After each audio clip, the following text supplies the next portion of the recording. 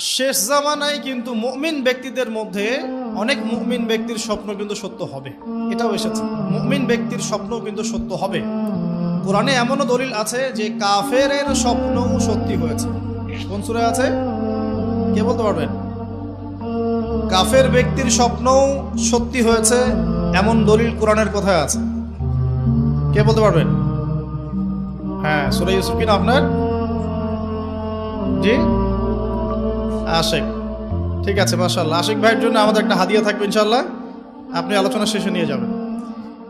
তো ইউসুফ আলাইহিস সালামের যে ঘটনা সূরা ইউসুফ, সেখানে আছে যে অমুসলিম দুজন ব্যক্তির স্বপ্ন সত্য হয়েছে, হয় নাই?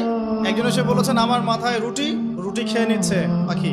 আরেকজন বলেছে আমার হাতে ছিল শরাব, এই শরাব আমি পান করাচ্ছি রাজাকে, বাদশাকে।